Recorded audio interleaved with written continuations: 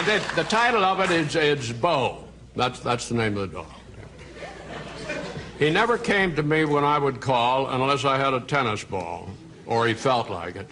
But mostly he didn't come at all. When he was young, he never learned to heel or sit or stay. He did things his way. Discipline was not his bag, but when you were with him, things sure didn't drag. He'd dig up a rose bush just to spite me, and when I'd grab him, he'd turn and bite me. He bit lots of folks from day to day. The delivery boy was his favorite prey. The gas man wouldn't read our meter. He said we owned a real man-eater.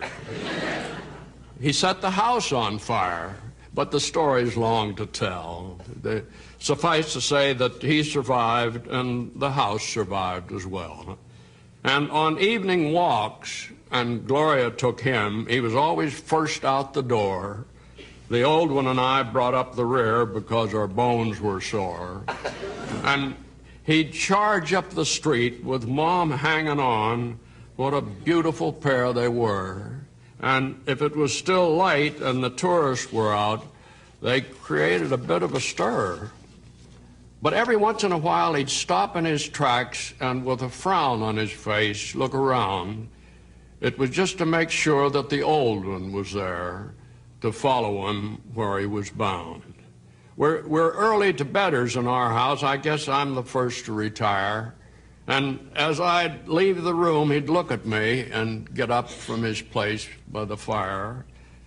He knew where the tennis balls were upstairs, and I'd give him one for a while, and he'd push it under the bed with his nose, and I'd dig it out with a smile.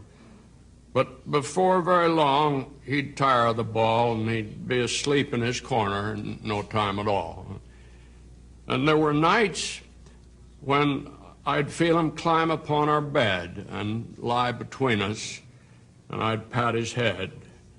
And there were nights when I'd feel this stare, and I'd wake up and he'd be sitting there, and I'd reach out to stroke his hair, and sometimes I'd feel him sigh, and I think I know the reason why.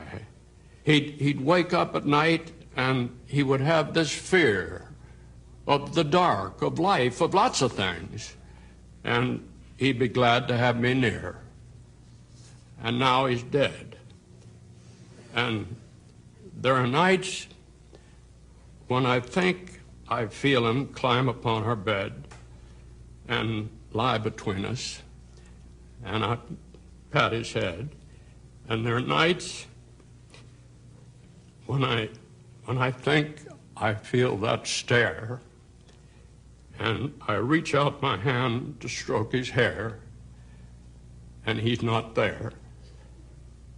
Oh, how I wish that wasn't so. I'll always love a dog named Bo.